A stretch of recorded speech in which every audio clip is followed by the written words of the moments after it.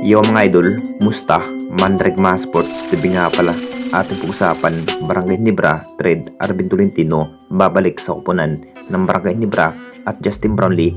Papalitan na nga ba ito ng bagong import? Pero bago na nga yan, kung bago pa lang sa ating channel, huwag mong kalimutan mag-subscribe at i-click ang notification bell para like kang updated sa latest upload pa natin. Pero ating talakayin, una natin pag-usapan. So, todo ensayo na nga ang kupunan ng Barangay Ginebra para mas mahahandaan sa bawat laban dahil mas pinahihigpit pa ni Coach Tim ang bawat defense kung paano pa nga ba madidipinsahan kung mapapalaban na ang kupunan ng Barangay Ginebra next season. Masasabing mas lumakas na nga talaga ang kupunan ng Barangay Ginebra ang tinuturuan pa rin ni Coach Tim, itong si RJ Abarientos. Sa naging bawat performance nga ang nasabing bagong player, talagang humahanga pa rin si Coach Tim sa bawat posisyon nga ang nasabing player na si RJ Abarientos mga idol. Kung bakit mas pinukus pa nga ng Barangay Ginebra ang nasabing bagong player. Alam naman nating lahat mga idol, posibleng mapupunta na nga ba ang ex-Ginebra player na si Arvin Tolentino.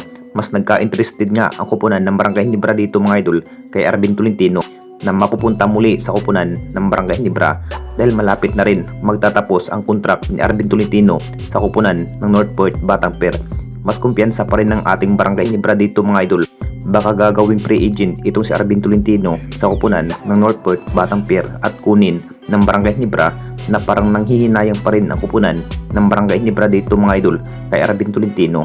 Nakita naman nating lahat kung gaano kahusay bilang gunner itong si Arvin Tolentino.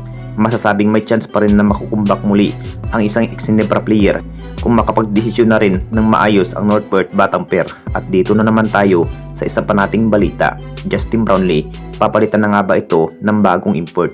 Alam naman nating lahat mga idol na hindi pa rin nagpakita ang ating best import ay walang iba kundi si Justin Brownlee.